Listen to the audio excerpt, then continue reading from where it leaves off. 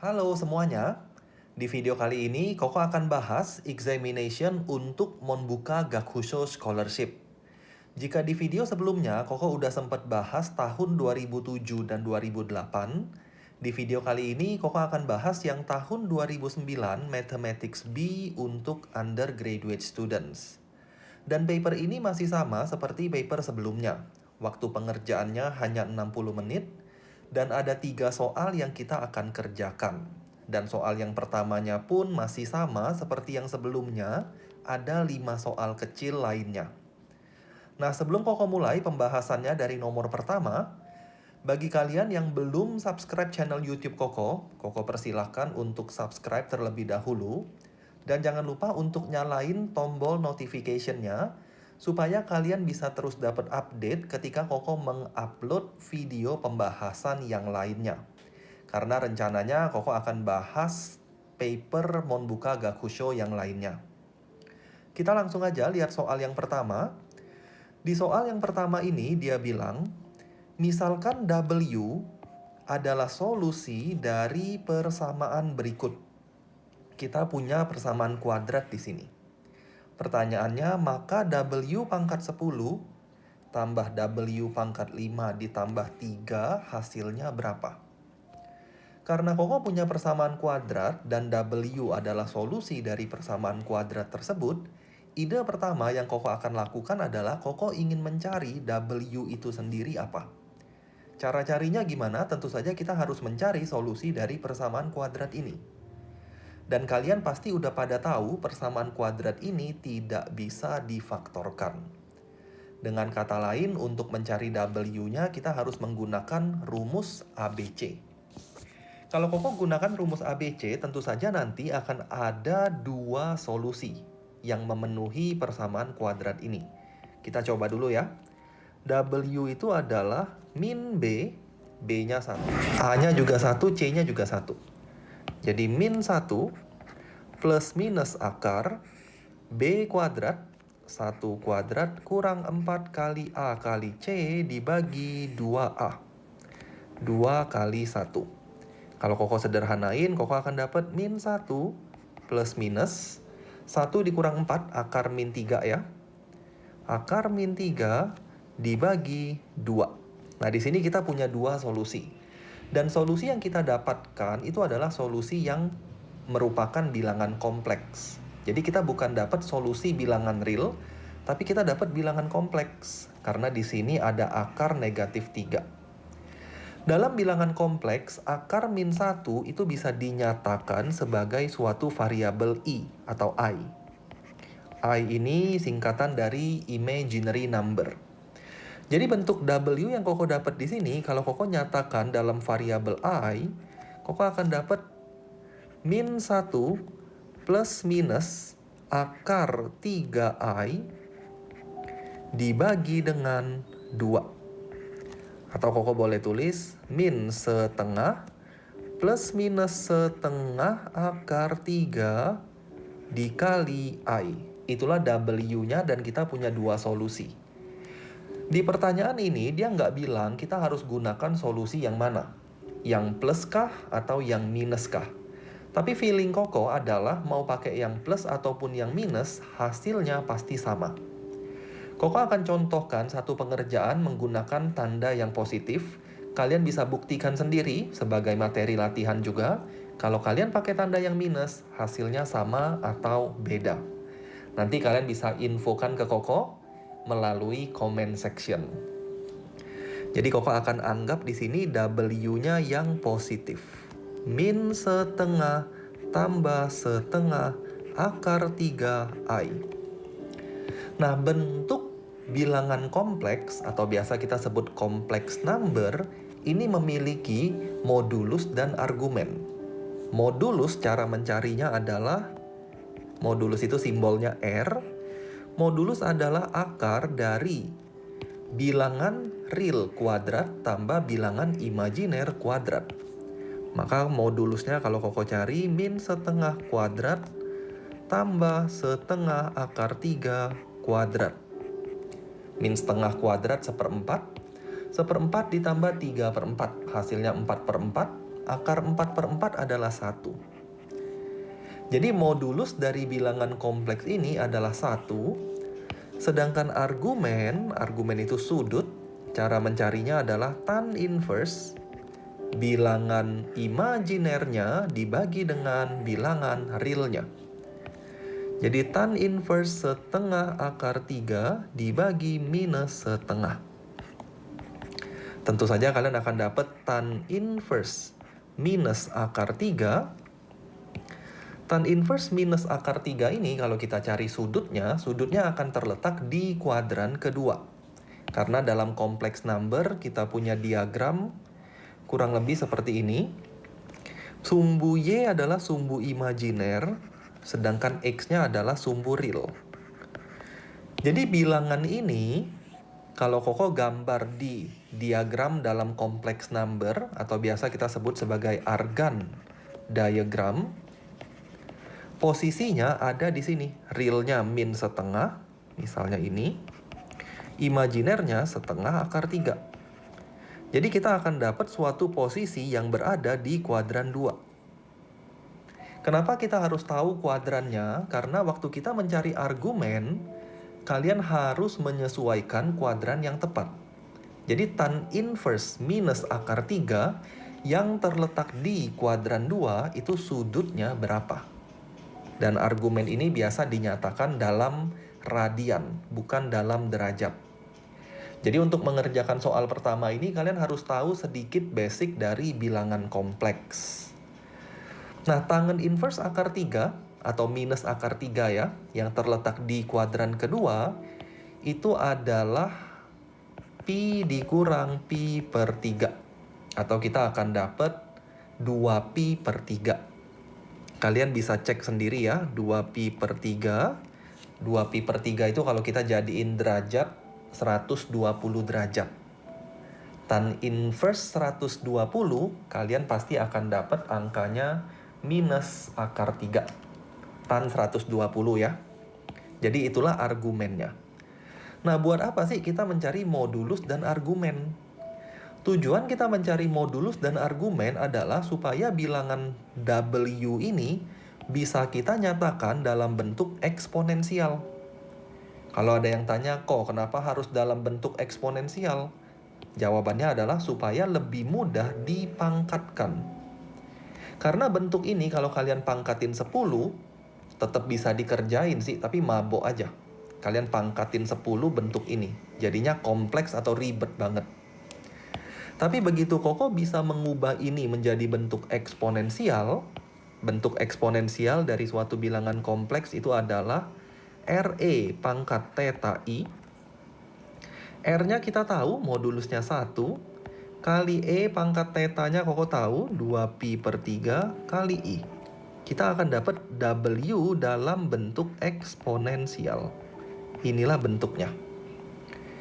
Setelah Koko ubah dalam bentuk eksponensial seperti ini, waktu kita mau cari W pangkat 10 jadi lebih mudah dilakukan. Sekarang Koko akan coba jawab ya. W pangkat 10 tambah W pangkat 5 tambah 3. W pangkat 10, ini kita pangkatin 10. Kalau Koko tulis step by step, Koko boleh tulis E pangkat 2pi per 3i pangkat 10. Kemudian E pangkat 2pi per 3i pangkat 5 tambah 3. Nah, kita berhasil pangkatin bentuk ini dengan lebih sederhana. Kalian bisa lihat, Koko akan dapat E pangkat 20pi per 3i. Koko udah pangkatin 10. Tambah E pangkat 10pi per 3i, kita udah pangkatin 5 ditambah 3. Nah, pertanyaan selanjutnya muncul. Kok setelah kita pangkatin gimana cara cari hasilnya? Atau inilah hasilnya? Jawabannya adalah ini belum hasilnya. Gimana cara kita mencari hasilnya? Kalian harus tahu lagi, bentuk eksponensial ini bisa dipecah menjadi bentuk polar. Jadi bilangan kompleks itu ada 3 bentuk. Satu bentuk seperti ini, kita sebut bentuk kartesian. Kedua bentuk ini kita sebut bentuk eksponensial. Yang ketiga, bentuk polar. Bentuk polar itu adalah cos plus I sin theta. Jadi bentuk polar itu adalah R cos theta plus I sin theta. R-nya 1, jadi ini diabaikan aja. Theta-nya kalau dalam contoh ini adalah 2pi per 3. Theta-nya 2pi per 3 dalam contoh W Koko. Tapi dalam bentuk ini, R-nya 1 tetap sama, koefisien di depan ini 1. Tapi theta-nya 20pi per 3 dan 10pi per 3. Jadi theta itu adalah bagian yang di atas sana. Kalau dalam soal kita atau dalam pekerjaan kita, 20 per 3 dan 10 per 3. Itulah theta-nya.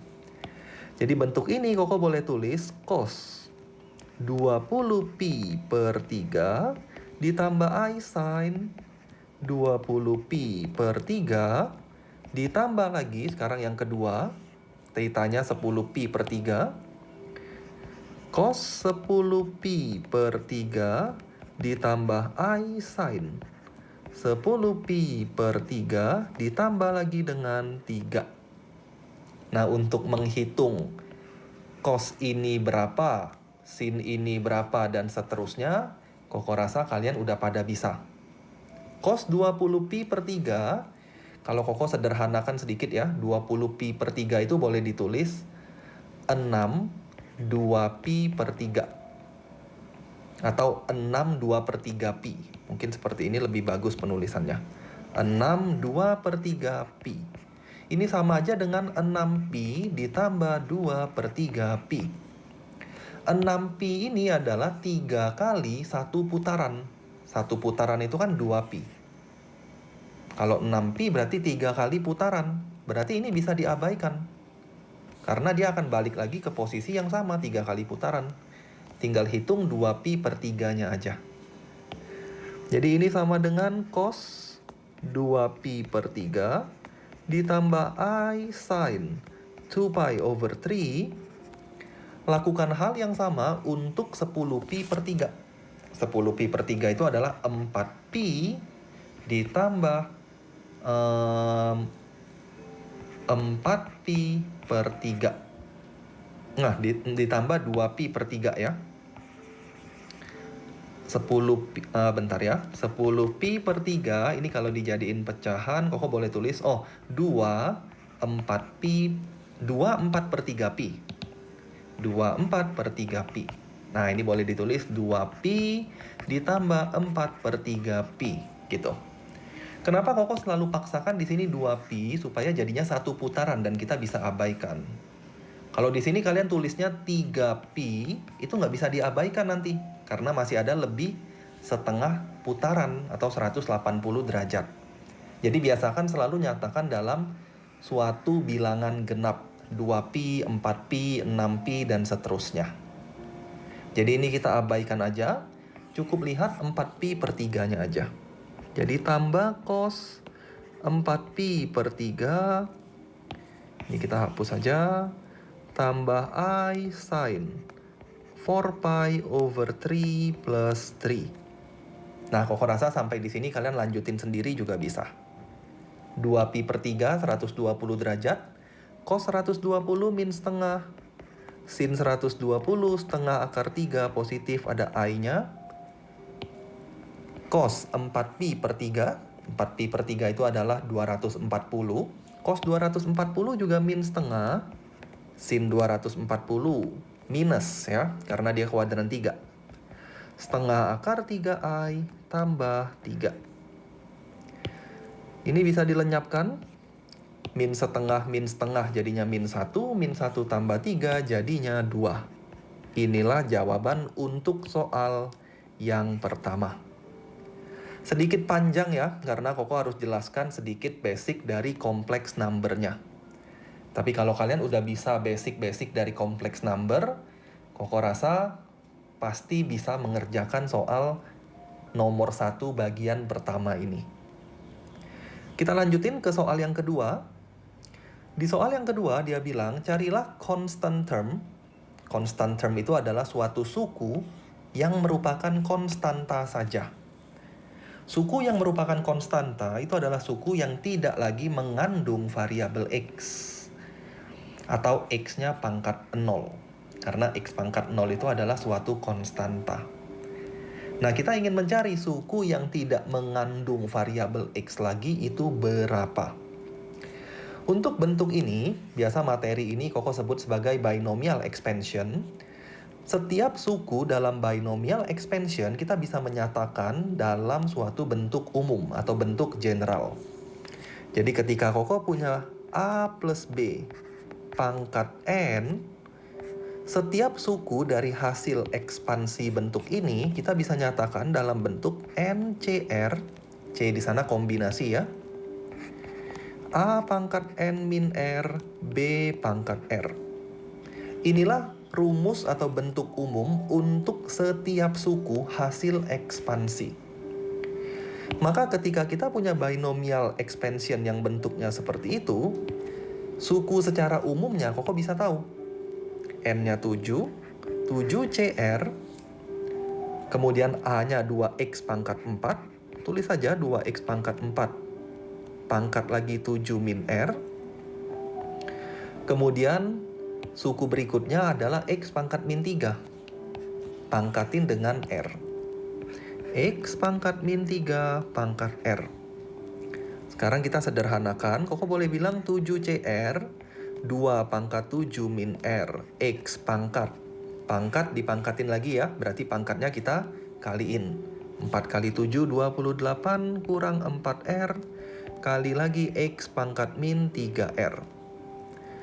Kalau Koko sederhanakan lagi, Koko akan dapat 7CR, 2 pangkat 7 min R, X pangkat 28 minus 7R. Inilah suku hasil ekspansi secara umum. Nah, pertanyaannya ini buat apa kok? Dan ini udah jelas jawabannya. Ini untuk mencari berapa sih nilai R supaya kita punya suku atau term itu constant. Tadi constant term adalah X-nya harus pangkat 0. Jadi 28 min 7R ini harus sama dengan 0. 7R-nya harus sama dengan 28, berarti R-nya adalah 4. Artinya saat kita ganti R-nya dengan 4, X-nya pasti berpangkat 0.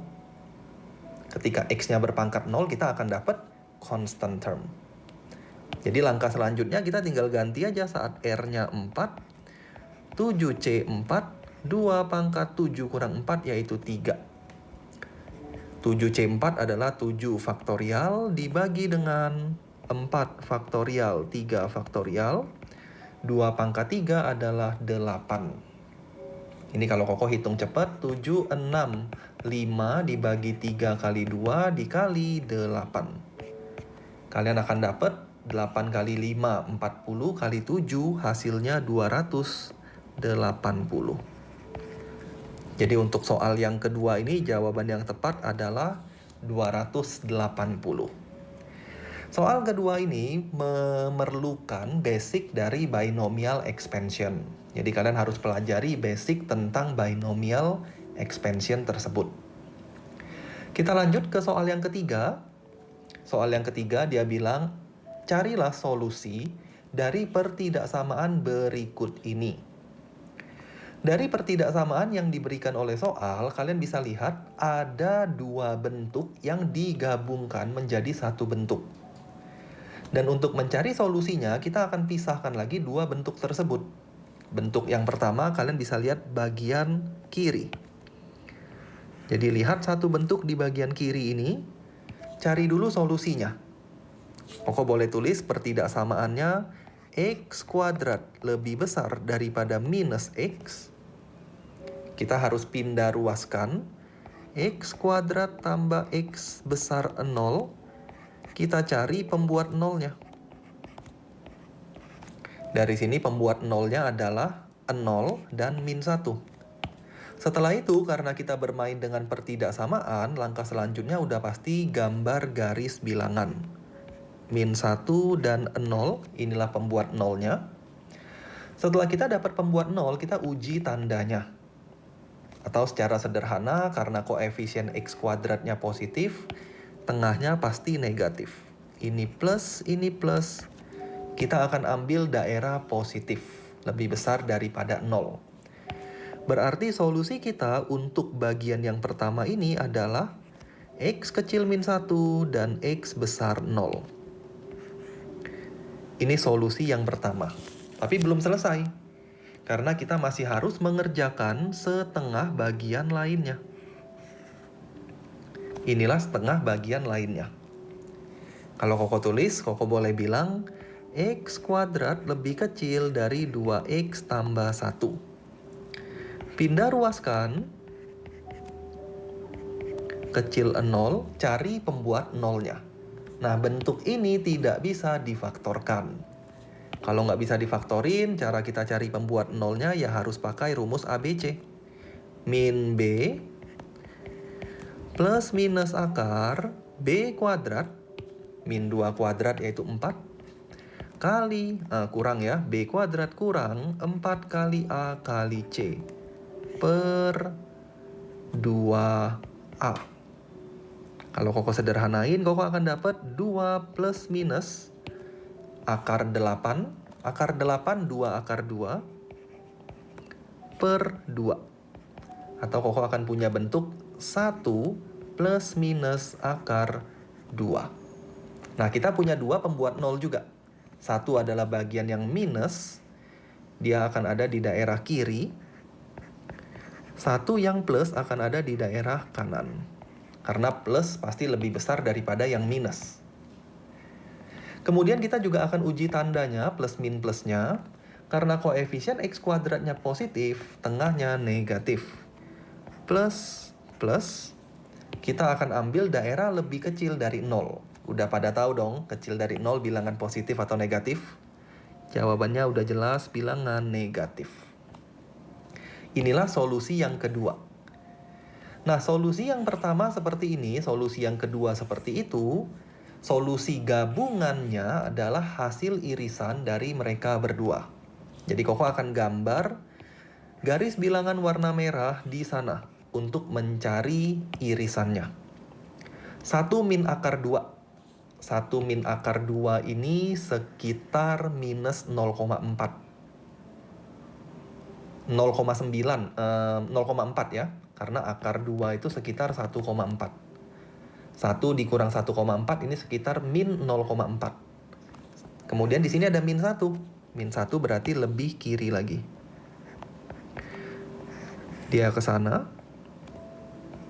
Kemudian ada 0. 0 itu pasti di antaranya, karena ini minus 0,4. 1 plus akar 2 itu sekitar 2,4. Berarti 0 ada di sini. Dia akan ke kanan. Nah, dari sini terlihat jelas irisannya atau daerah yang memenuhi warna merah dan warna biru itu ada di sini. Nah, itulah solusi kita. Jadi solusi akhirnya adalah dari 0 sampai 1 plus akar 2. Jadi jawabannya ini 0, di sana 1 tambah akar 2. Kita udah bahas 3 soal. Koko harap kalian semua masih bisa ikutin dengan baik ya. Dan kalau ada yang bingung atau ada yang kurang teliti dari pembahasan Koko, silahkan sampaikan melalui comment section. Koko akan lanjutin ke nomor 4. Nomor 4 ini dia bilang, hitunglah integral dari mutlak X, X min 1. Mutlak X, X min 1. Nah, untuk menghitung integral dari bentuk mutlak, kalian nggak bisa abaikan mutlaknya dalam perhitungan. Jadi nggak boleh langsung dihitung 0 sampai 2 X, X min 1 dx. Kemudian kalian berpikir kalau hasilnya nanti negatif, positifin aja. Itu pasti akan salah. Karena konsep dari mutlak itu adalah fungsi ini harus selalu menghasilkan nilai positif. Jadi fungsi ini yang harus positif, bukan hasilnya yang harus positif. Nah, gimana caranya? Pertama, kalau kalian ketemu bentuk mutlak atau modulus, cari dulu pembuat nolnya. Jadi kalau kalian lihat ini, pembuat nolnya 1x sama dengan 0. Satu lagi X sama dengan 1. Jadi selalu cari pembuat 0. Kemudian kalian uji tandanya. Abaikan mutlaknya ya, cukup uji tanda dari persamaan di dalam mutlaknya. Kalian bisa lihat di sini tanpa tanda mutlak, koefisien X kuadratnya positif. Karena koefisien X kuadratnya positif, maka di tengah-tengah ini negatif, di sana positif, di sana positif. Artinya apa? Fungsi ini akan bernilai positif saat X-nya kecil 0 dan X-nya besar 1. Tapi fungsi ini akan bernilai negatif untuk rentang 0 sampai 1. Nah, berarti untuk rentang 0 sampai 1 ini harus dipositifkan. Ingat-ingat ya, bukan hasilnya, tapi fungsinya harus kita positifkan. Kita udah tahu nih fungsinya pasti negatif antara 0 sampai 1. Cara kita positifin gimana? Fungsinya kita kaliin negatif. Jadi kalau fungsi ini Koko kaliin negatif, maka nilainya akan menjadi positif untuk rentang 0 sampai 1. Tapi untuk rentang 1 seterusnya atau 0 ke belakang, nggak perlu dikaliin negatif karena fungsi ini udah bernilai positif. Sekarang kita akan aplikasikan ke integral. Integral 0 sampai 2 ini Koko boleh pecah menjadi integral 0 sampai 1 bla bla bla ditambah integral 1 sampai 2 bla bla bla dx. Bla bla bla ini adalah fungsi tersebut ya. Koko nggak tulis karena panjang nanti. Jadi dalam sifat integral 0 sampai 2 boleh dipecah menjadi 01, 12. Nah, 0 sampai 1 ini tadi bernilai negatif kan? Karena dia bernilai negatif, maka bla bla blanya ini atau bentuk ini kita harus kalikan minus. Jadi sekarang Koko akan tulis integral 0 sampai 1 minus x min 1 dx. Koko recap atau Koko ulangin, kenapa minus kok? Karena untuk rentang 0 sampai 1 fungsi ini bernilai negatif. Dan mutlak atau modulus itu tidak boleh bernilai negatif. Maka kita harus kaliin minus. Tapi untuk 1 sampai 2, fungsi ini sudah bernilai positif. Artinya bentuknya nggak perlu kita otak-atik. dx. Kita tinggal hitung integral ini berapa. Kita tinggal hitung integral itu berapa. Kemudian kita tinggal jumlahkan dan kita akan dapat jawaban akhirnya. Koko sambung ke sini sedikit ya. Kita langsung integralkan yang pertama. Kalian bayangkan udah dikaliin masuk, berarti min x kuadrat. Min x kuadrat kalau diintegralkan adalah pangkat tambah 1 dibagi pangkat tambah 1. Min x kali min 1 adalah x. X kalau diintegralkan x kuadrat per 2. Batasnya 0 sampai 1. Tambah yang kedua. X kuadrat. X pangkat 3 per 3 minus x kuadrat per 2. 1 sampai 2. Kita tinggal substitusikan batasnya. Min 1 per 3 tambah 1 per 2 itu batas atas. Batas bawahnya 0. 0 masuk ke sini 2 pasti 0. Jadi diabaikan aja. Tambah. Bagian ini substitusikan 2 ke sana. Batas atasnya Koko akan dapat 8 per 3 dikurang 4 per 2. Kurang batas bawah. Batas bawahnya adalah 1 per 3 dikurang 1 per 2. Kalian pasti bisa hitung cepat. Min sepertiga. Min sepertiga, min 2 per 3, min 2 per 3 tambah 8 per 3 berarti 6 per 3. Setengah, min 1 plus setengah. Setengah plus setengah, 1 ya. 1 min 2. 1 min 2 yaitu min 1. 6 per 3 adalah 2, 2 kurang 1 hasilnya 1. Berarti jawaban untuk bagian keempat itu adalah 1. Kita lanjut ke bagian kelima, masih soal pertama ya. Tapi kita udah sampai di bagian kelima. Jika 1 per 1 min sin tambah 1 per 1 plus sin adalah 6, dan sudut tetanya ini antara 0 sampai pi per 2, artinya ada di kuadran 1, maka nilai tan theta itu berapa? Koko akan pecah atau Koko akan manipulasi dulu persamaan yang diberikan oleh soal. Cara manipulasinya karena kita punya bentuk pecahan dan Koko yakin pasti pada nggak demen bermain dalam bentuk pecahan, maka salah satu cara untuk manipulasi persamaan ini adalah kita akan hilangkan pecahannya dengan mengalihkan bentuk tersebut dengan 1 kurang sin theta kali 1 plus sin theta. Jadi setiap suku kalikan dengan 1 min sin 1 plus sin. Sekarang kita bayangin 1 per 1 min sin kali bentuk ini 2. 1 min sinnya tercoret, sisa 1 plus sin aja. Jadi 1 plus sin theta.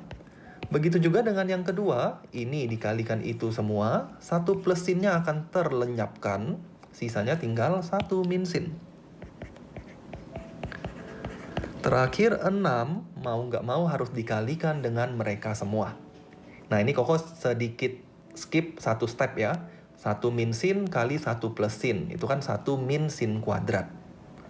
Jadi di sini, ini sama dengan ya, kok berubah jadi tambah dia. Ini sama dengan 1 min sin kuadrat theta.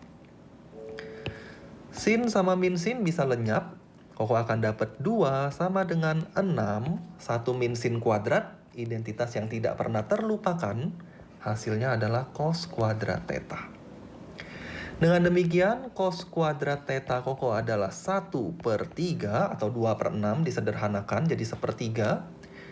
Maka cos theta-nya itu adalah akar 1 per 3. Atau Koko boleh tulis 1 per akar 3. Kita nggak perlu consider bagian negatifnya. Jadi kalau ada yang teliti di sini mungkin punya pertanyaan. Kok biasanya kan kalau dari bentuk kuadrat akan ada plus minus. Kenapa yang minusnya Koko nggak tulis? Jawabannya sederhana. Karena kita melihat sudut yang berada di kuadran pertama. Sehingga nilai cos itu pasti positif. Jadi minusnya nggak perlu ditulis. Ketika Koko dapat cos theta itu adalah 1 per akar 3, kita bisa bayangkan sebuah segitiga siku-siku. Anggap ini sudut theta. Cos itu adalah samping per miring. Dengan menggunakan Pitagoras, kalian bisa mencari sisi di depan ini. Koko langsung ya akar 2. Pitagoras biasa. Setelah kalian dapat segitiga ini, maka tan theta bukan hal yang sulit untuk ditentukan. Tan theta, tan itu adalah opposite over adjacent atau depan per miring. Jadi tan theta-nya akan bernilai akar 2. Nah, pembahasannya udah selesai untuk nomor pertama. Koko akan lanjutin ke nomor kedua. Di nomor kedua, dia bilang, denote by D the domain bla bla bla. Denote by D the domain bla bla bla. Jadi D itu adalah suatu domain di mana X besar sama dengan 0, Y besar sama dengan 0.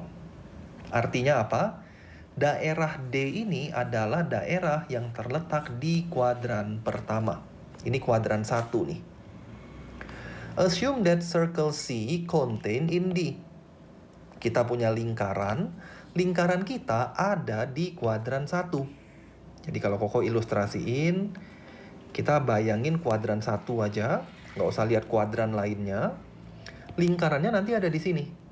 Nggak boleh seperti ini, nggak boleh. Karena nanti ada yang bagian kuadran 4. Nggak boleh juga seperti ini. Harus seluruhnya di kuadran 1. Lingkaran ini akan menyentuh, perhatikan kata ini, menyentuh, touches, bukan memotong. Lingkaran kita akan menyentuh parabola y equals to half x square. Koko akan gambar bagian parabola setengah x kuadrat, mungkin seperti ini. Letaknya pun di kuadran 1. Nggak usah pusingin bagian yang ada di kuadran 2. Fokus kuadran 1 aja. At the point 2,2. Jadi titik singgung antara lingkaran dengan parabola itu adalah 2,2. Bayangkan aja di sini. Ini semuanya skalanya mungkin nggak tepat ya. Koko hanya kira-kira aja. Bayangkan ini titik 2,2.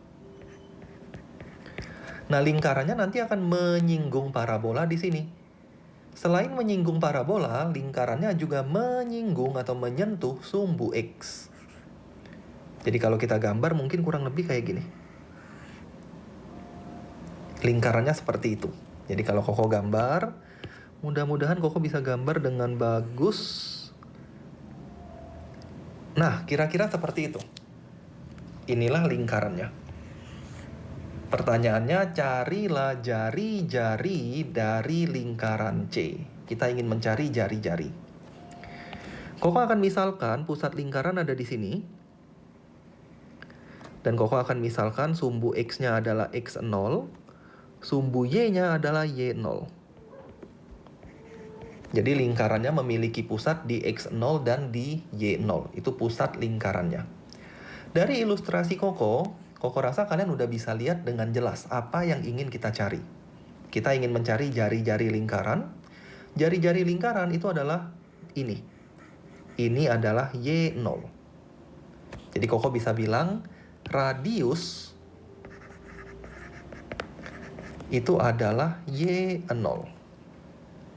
Nah, selain Y0, radius juga bisa dinyatakan dengan jarak antar dua titik ini. Jarak antar dua titik ini 2,2 dan X0 Y0 juga radius. Jadi Koko juga boleh bilang radius itu adalah jarak antar dua titik itu. Cara menghitung jarak antar dua titik udah bisa semua dong. X0 kurang 2 kuadrat tambah Y0 kurang 2 kuadrat. Inilah jarak antar dua titik. Karena dua persamaan ini atau dua bentuk ini sama-sama menggambarkan radius, maka Koko boleh substitusikan. Koko akan dapat Y0 sama dengan akar X0 kurang 2 kuadrat tambah Y0 kurang 2 kuadrat. Kalau nggak mau ada akar, karena ini pasti mengganggu, kita kuadratkan aja kedua ruas. Koko akan dapat seperti ini. Tambah Y0 kurang 2 kuadrat. Nah, Koko nggak akan lanjutin dulu karena Koko udah tahu. Kita perlu satu persamaan lagi baru bisa mencari solusi dari persamaan ini.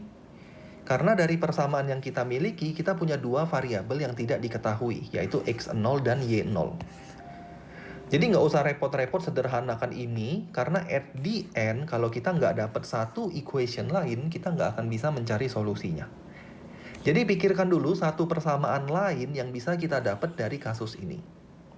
Dan persamaan lain itu berasal dari gradien. Kita tahu persamaan parabola, Koko bisa cari gradien dari garis singgung di titik 2,2 dengan menggunakan turunan pertama. Jadi parabolanya adalah setengah X kuadrat. Kalau kita cari turunan pertamanya, kita akan dapat X.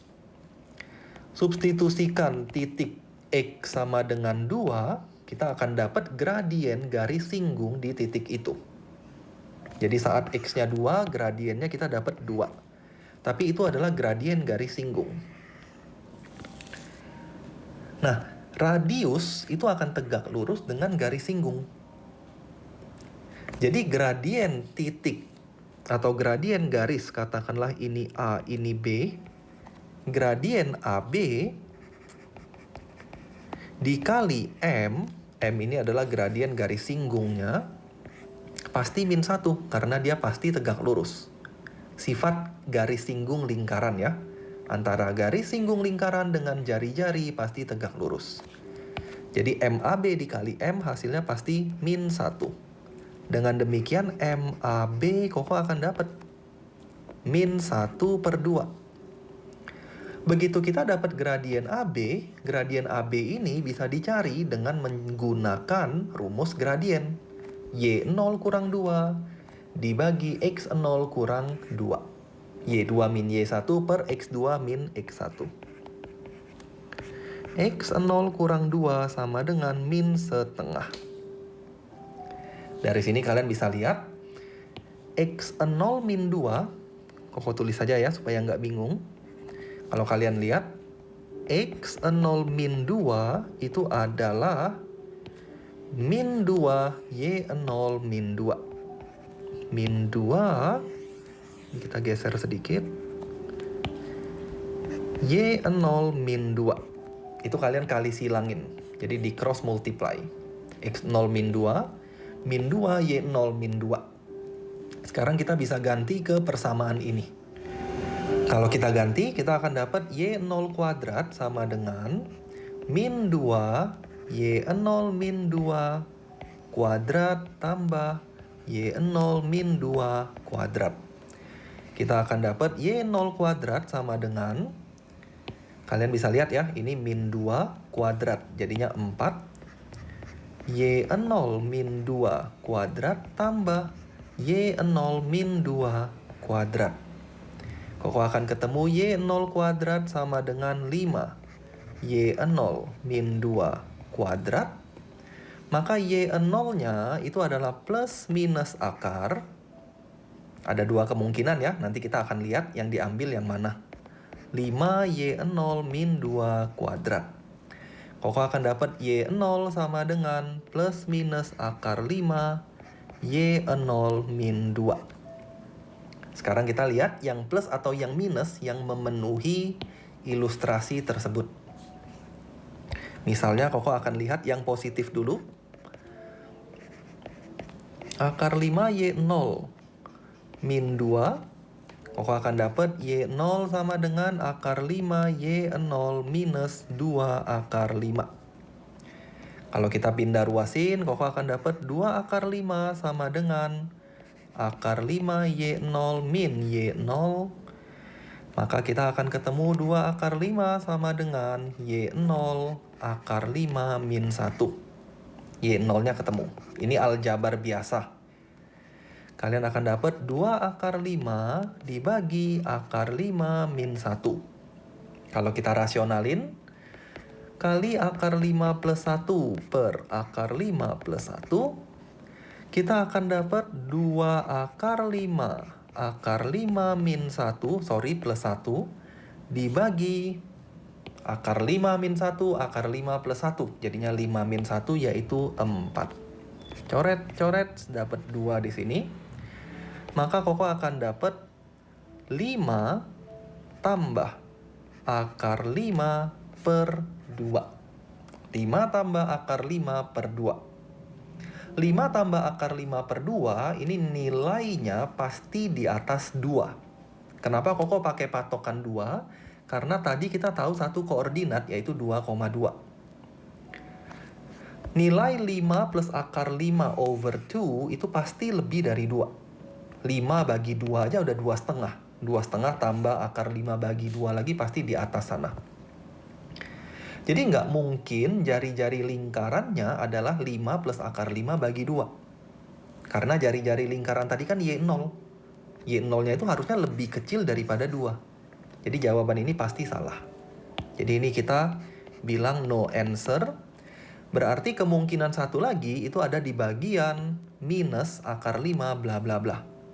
Y0 sama dengan minus akar 5. Y0 min 2. Kalian jalanin sendiri, pindah ruas, kali masuk, faktorin, rasionalin, dan seterusnya. Kurang lebih nanti akan seperti ini stepnya. Dari sini kalian akan dapat, Koko skip aja ya stepnya. Nanti akan dapat Y0-nya 5 minus akar 5 per 2. Itulah jari-jari lingkaran C yang dimaksud di soal ini. 5 min akar 5 per 2 itu nilainya pasti lebih kecil dari 2. Dan itulah yang make sense untuk kasus ini. Nah, Koko udah selesain atau Koko udah bahas nomor kedua. Kita akan lanjutin ke satu nomor lagi, yaitu nomor ketiga. Di nomor 3 dia bilang, misalkan A, B, dan C adalah 3 titik yang terletak pada sebuah bidang. Katakanlah bidangnya bidang kertas ini. Dan O itu adalah titik pusat dari bidang kertas ini. Kita akan memisalkan OA itu dilambangkan dengan vektor A. OB dilambangkan dengan vektor B. OC dilambangkan dengan vektor C. Jadi ABC itu biasa kita sebut sebagai position vector. Bagi kalian yang udah belajar vektor, pasti nggak asing dengan istilah vektor posisi atau position vector. Kemudian ada titik P itu di dalam segitiga ABC. Ada titik P di dalam segitiga ABC. Misalkan rasio dari luas PAB, PBC, dan PCA itu 2:3:5. Jika garis lurus BP memotong sisi AC di titik Q, carilah perbandingan AQ dibanding dengan QC. Udah jelas, udah pasti, udah wajib banget soal ini hanya bisa diselesaikan kalau kita menggambar ilustrasi terlebih dahulu. Jadi untuk soal-soal seperti ini Koko sangat sarankan gak usah mikir susah-susah terlebih dahulu, ilustrasikan dulu aja. Jadi bayangkan kita punya segitiga misalnya aja. Koko nggak tahu segitiganya segitiga lancip atau segitiga tumpul atau apapun. Jadi misalkan aja ini A, ini B, ini C. Kita punya segitiga ABC. Kemudian di dalam segitiga ini ada satu titik P. Oh, P-nya di mana kok? Koko juga nggak tahu pastinya di mana. Yang pasti di dalam sini. Jadi kita gambarnya di mana? Ya kira-kira aja. Misalnya di sini. Anggap aja. Kemudian kita punya luas segitiga PAB. Ini titik P ya.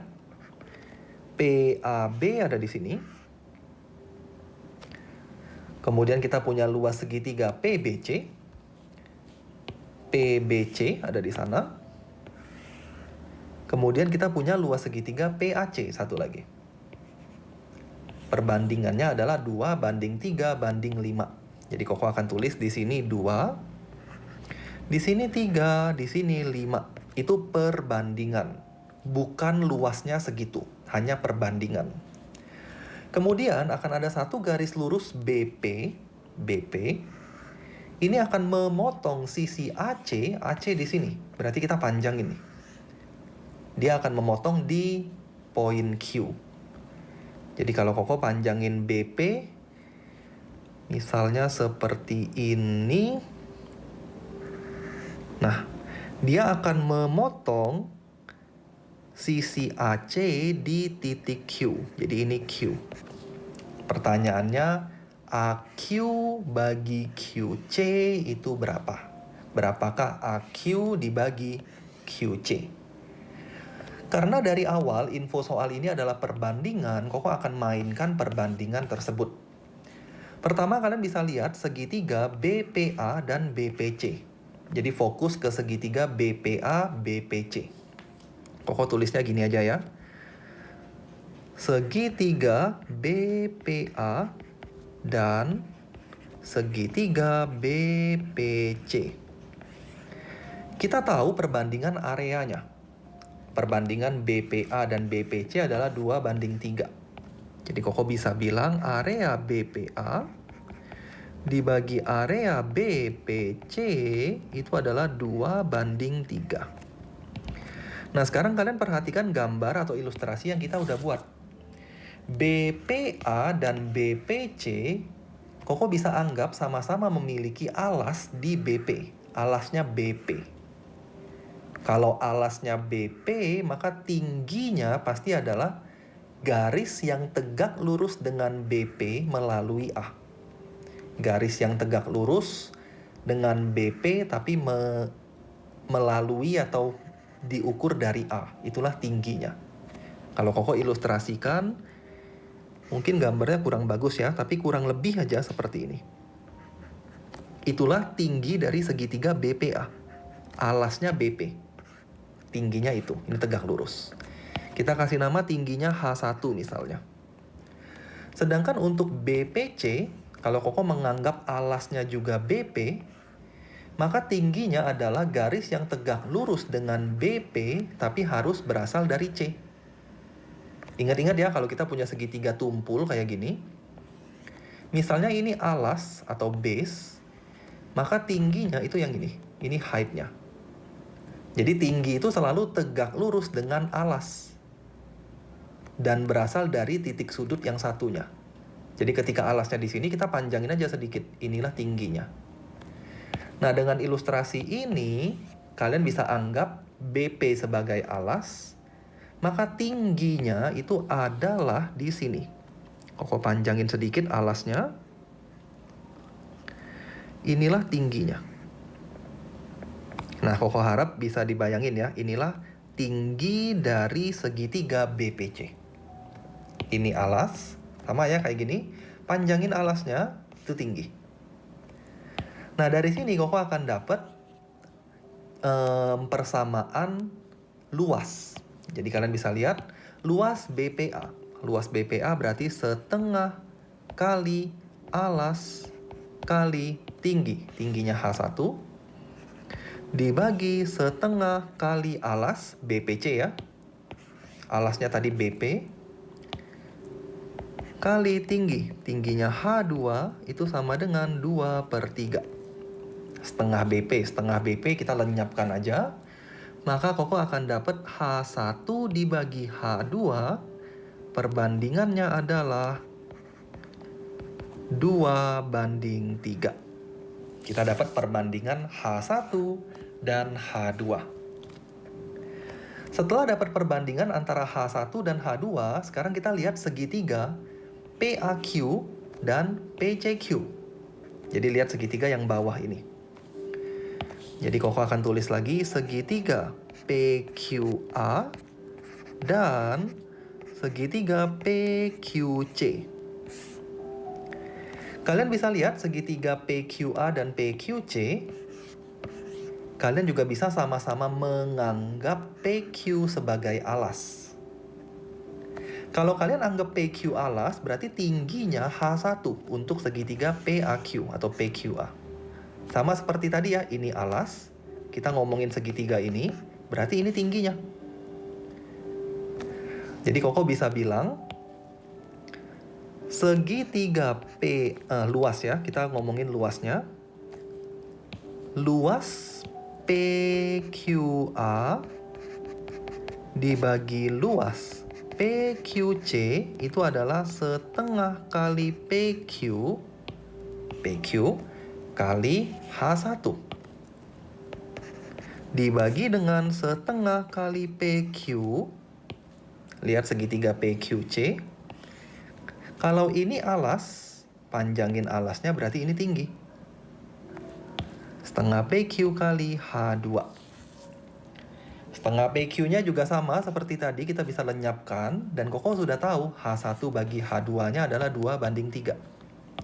Dengan demikian, luas segitiga PQA dibagi luas segitiga PQC itu adalah 2/3 juga.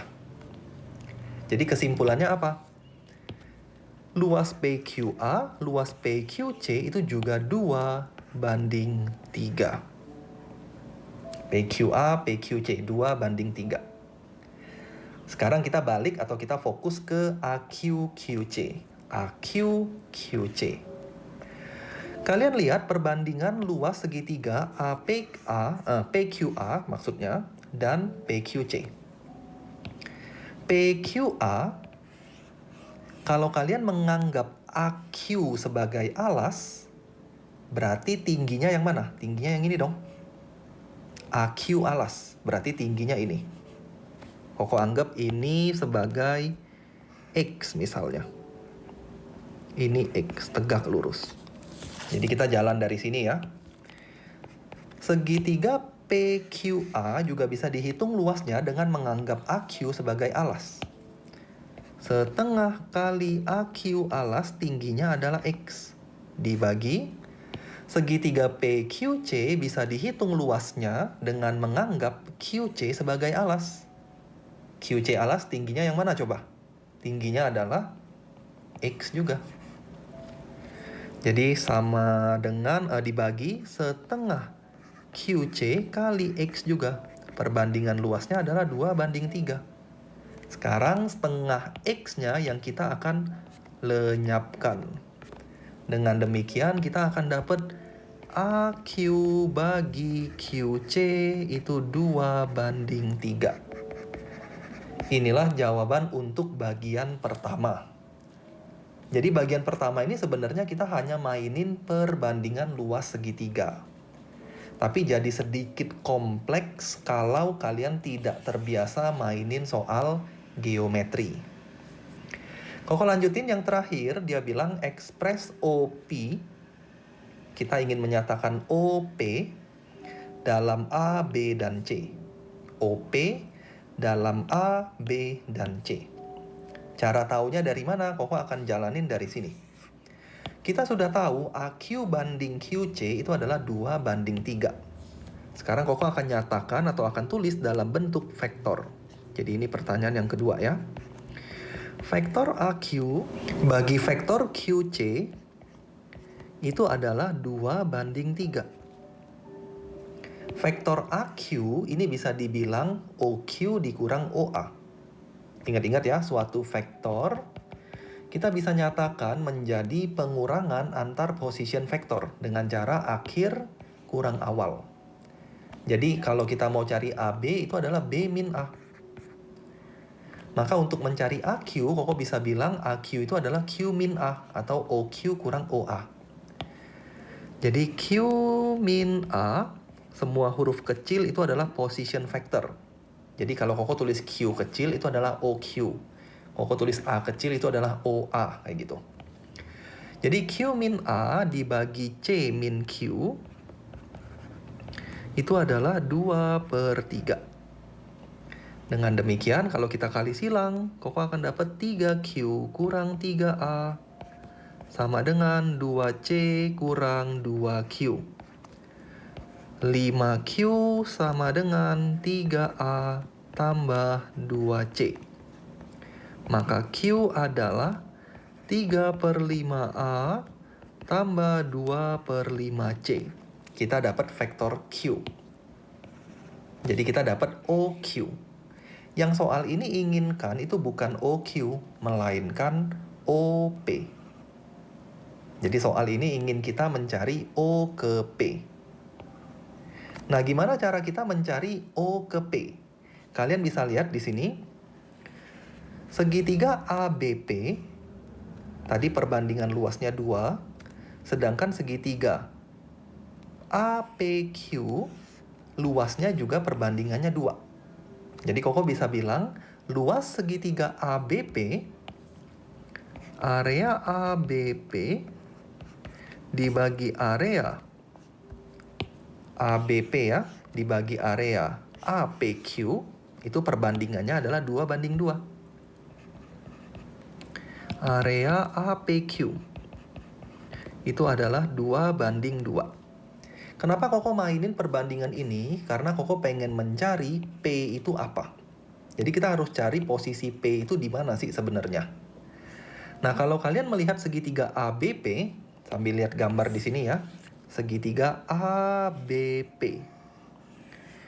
Kalau kalian menganggap BP sebagai alas, maka tingginya adalah H1. Sama seperti tadi, BP alas tingginya H1. Kemudian waktu kalian lihat segitiga APQ, kalau PQ-nya alas, tingginya juga H1. Seperti tadi, PQ alas tingginya H1. Jadi Koko bisa bilang, setengah BP H1 dibagi setengah PQ H1 itu adalah 2/2. 2/2 adalah 1. Kita bisa lenyapkan setengah H1, setengah H1. Maka kalian akan dapat BP itu sama dengan PQ. Jadi ternyata BP sama PQ itu panjangnya sama. Sekarang kita akan mainkan dalam bentuk vektor. BP itu bisa dianggap vektor BP, PQ bisa dianggap vektor PQ. Gimana tadi menyatakan suatu vektor menjadi posisi vektor? BP itu adalah posisi vektor P dikurang B. Kalau PQ, posisi vektor Q dikurang P. Yang kita mau cari apa? Yang kita mau cari adalah OP. OP itu adalah posisi vektor P. Jadi Koko pengen cari P-nya. Kita tinggal pindah ruasin, kalian akan dapat 2P sama dengan B tambah Q. Q-nya siapa? Tadi kita udah cari. Jadi Koko akan punya 2P sama dengan B tambah 3/5A tambah 2/5C. Semuanya kita bagiin 2, kita akan dapat P sama dengan 3/10A, Koko rapiin ya, mulai dari A, tambah setengah B, tambah 1/5C. Inilah jawaban untuk soal ketiga bagian kedua. Sekaligus mengakhiri pembahasan Koko untuk video kali ini. Koko harap semua pembahasan yang Koko jelaskan di sini bisa dimengerti oleh kalian semua. Walaupun sedikit panjang, walaupun durasi videonya sedikit lama, usahakan kalian bisa mengerti setiap detail yang Koko bahas di sini.